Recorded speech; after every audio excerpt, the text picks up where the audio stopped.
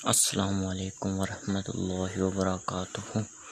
आज हम आपको बताएंगे मशीन के शटल को कैसे सही करें। पहले तो हमने ये पट्टी उतारनी है और फिर हमने इसको सीधा करना है।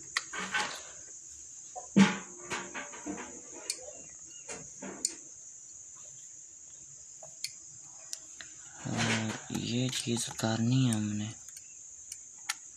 ये उतार के ये देखें कितना ज़्यादा गंद है। देखें, खुद देख लें आप।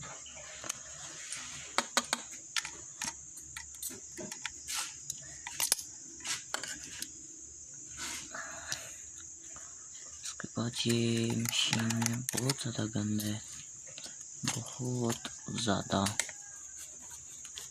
और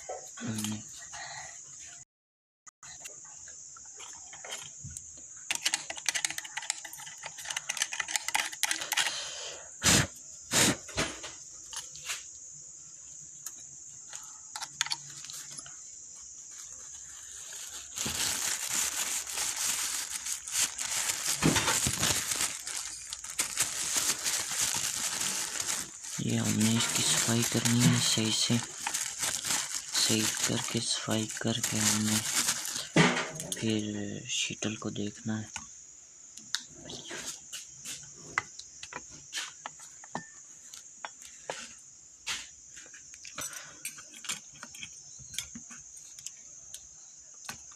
उसके बाद हमने शटल को देखना है।